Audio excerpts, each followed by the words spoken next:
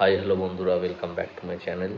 তো 14 তারিখ তোমরা সকলেই জানো যে দুটো খুব বড় ছবি আসতে চলেছে, এবং দুটো ছবির মধ্যে কিন্তু খুব বড় একটা ক্ল্যাশ আমরা দেখতে পাবো। ওয়ার 2 আর কুলি, এই দুটো ছবির মধ্যে কিন্তু একটা বড় ক্ল্যাশ আমরা দেখতে পাচ্ছি হতে চলেছে 14 তারিখ।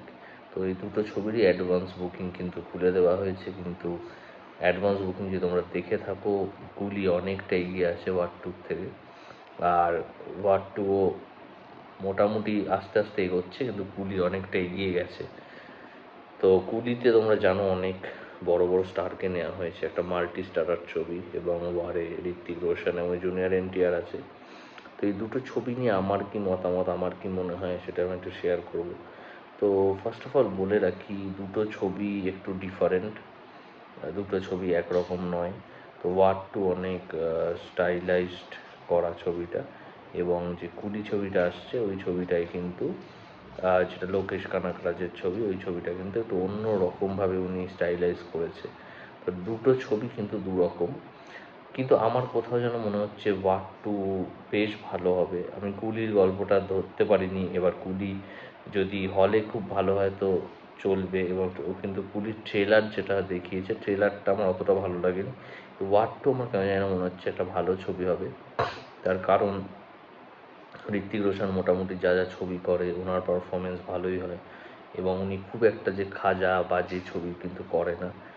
আর যে মানে জুনিয়র এনটিআর আছে, জুনিয়র এনটিআর তো খুবই বড় স্টার। তো জুনিয়র এনটিআর যে স্টেটমেন্টটা দিয়েছে যে এটা একটা অন্যতম ওনার one of the best movie, তো সেটাও আমার মনে হয় উনি একজন এত বড় অভিনেতা, উনি যখন এটা ক্লেম করছে তখন মনে হয় ছবিটার মধ্যে কিছু একটা আছে।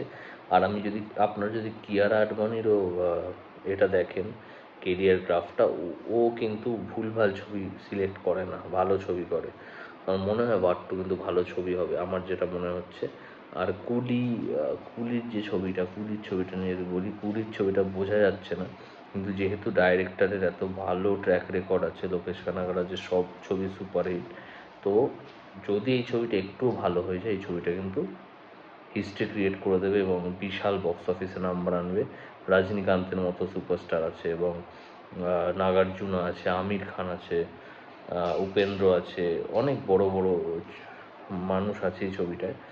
তো দেখা যাক 14 তারিখ কী হয়, এত বড় দুটো ছবি ক্ল্যাশ করছে। আর বাংলা থেকে কিন্তু ধূমকেতু আসছে, সেটা ভুলে গেলেও হবে না। ধূমকেতুর একটা ক্রেজ আছে আলাদা, তো ধূমকেতুরও কিন্তু খুব ভালো অ্যাডভান্স বুকিং হচ্ছে। তো ধূমকেতুর গল্পটাও মানে মনে হয় ভালো হবে। দেবের পারফরমেন্সের দিকে সবাই তাকিয়ে আছে, দেব শুভশ্রীর জুটি নিয়ে সবাই এক্সাইটেড।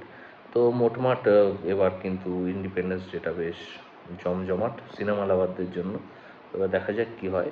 তো আমি ওয়ার 2কে একটু এগিয়ে রাখছি, আমার ওয়ার 2-র উপরে ভরসা আছে, মনে হয় ওয়ার 2 ছবিটা ভালো হবে, এবং কুলিও আশা করি যেন ভালো হয়। দুটো ছবি দেখবো, দেখে তোমাদের জানাবো কেমন লাগলো।